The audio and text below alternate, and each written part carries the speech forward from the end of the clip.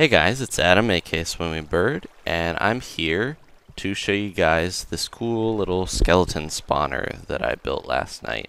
This is a little doorway. It's right near the village, Brambleberry Village on Scotland, and we're gonna head inside and down here. Now I found this skeleton spawner while I was just kind of exploring in the mountain here, and it was high enough up, I believe it's around 64 or so block height, where it was perfect to build this chute here because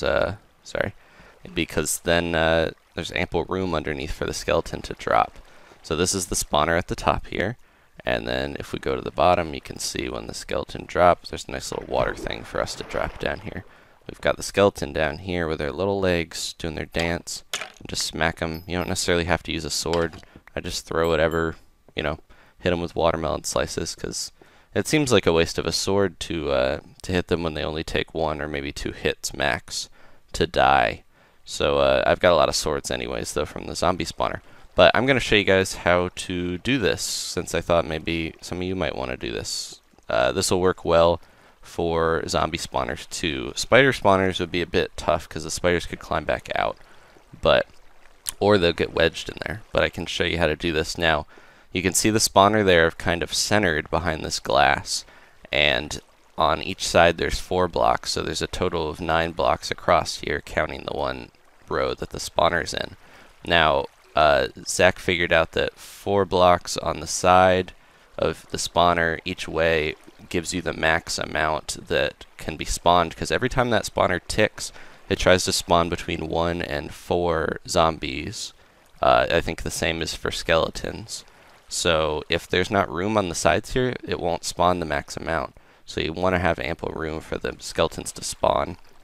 But in the back there, I've got water blocks. Now I believe that is about 1, 2, 3.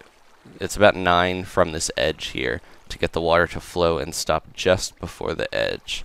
So if you go about 9 back and put the water there, it will push it in. I can actually go around the side here and show you. I built this little passageway here for maintenance. There's some water source there.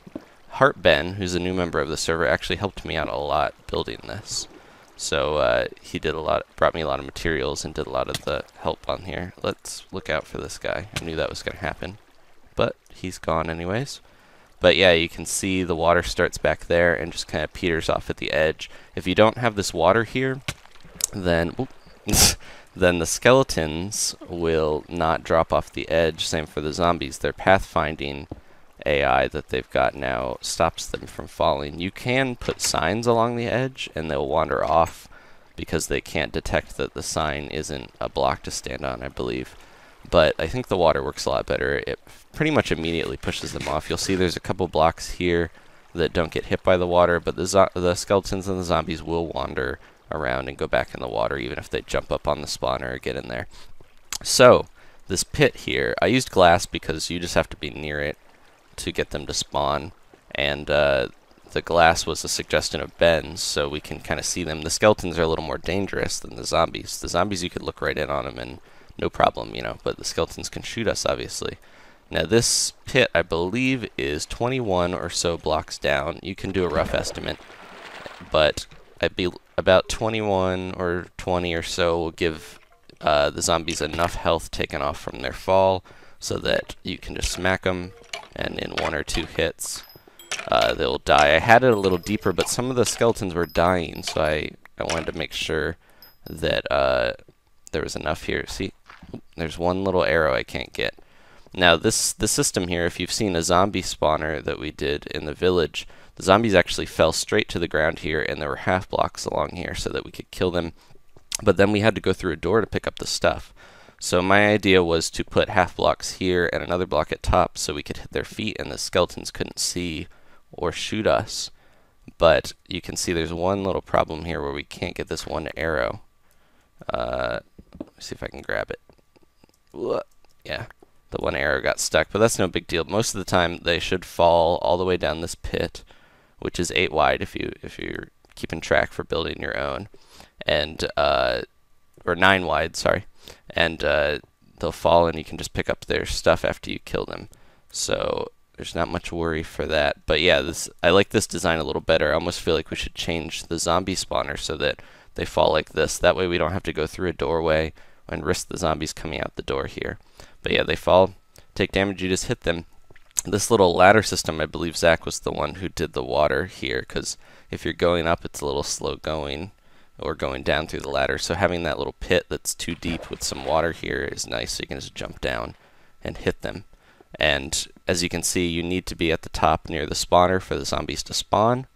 So you want to kind of set up here, go AFK, maybe play another game, and then come back when a lot of skeletons have gone down there. Now this will cause your server to lag a lot if you get a ton of them down there, so don't leave it too long.